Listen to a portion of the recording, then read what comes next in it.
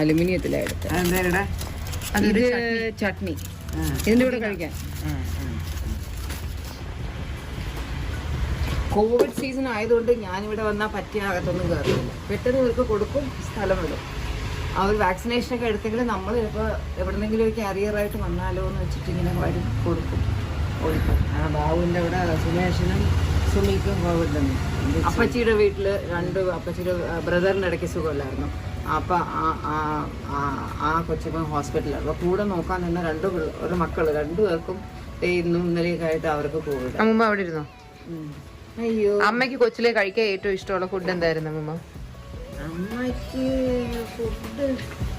Food ഇഷ്ടമല്ലായിരുന്നു. Food അങ്ങനെ ഇഷ്ടമല്ലായിരുന്നു. പ്രത്യേകിച്ച് ഫുഡൊന്നും അങ്ങനെ കൂടുതൽ ഇഷ്ടമൊന്നുമല്ല. കാരണം ചിഹ്നമെല്ലാം കഴിച്ചോണ്ടിരിക്കുന്നത്. അല്ല ഇവിടെ ചോറ് മരിച്ചീനിയോ ചക്കയോ ഏതെങ്കിലും കാണും.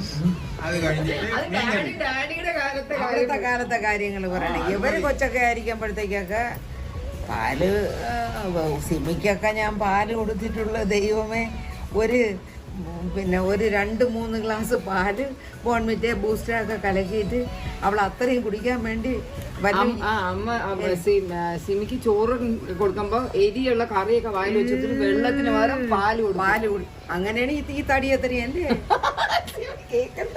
അങ്ങനെയാണ് ചിന്നമ്മ പൊക്കം വെച്ചത്. കാരണം വെച്ചാൽ അങ്ങനെയായിരുന്നു. അത് മദ്രാസിലായിരിക്കുമ്പോ ഉള്ളകരത്തായിരിക്കുമ്പോ ദൈവമേ 2-3 ഗ്ലാസ് പാലാണ് ഒരു സമയം ഞാൻ കൊടുക്കുന്നത്. ഞാൻ ഒന്നും കഴിക്കില്ലായിരുന്നു, അതുകൊണ്ട് ഞാൻ വളരാത്ത. ഞാൻ പിള്ളേരോട് പറയാം നല്ലപോലെ പാല് കുടിക്കുമ്പോ പൊക്കം വെക്കുന്നു. സിമി പാല് കുടിച്ച് തന്നെയാണല്ലേ അങ്ങനെ പൊങ്ങിയത്. സിമി ഭയങ്കര നമുക്ക് അന്ന് ഏത് പാലാ കൊടുത്തെന്നുള്ള ആ പാല് നമുക്ക് പാല് അന്ന് പശുവും പാലാണ്.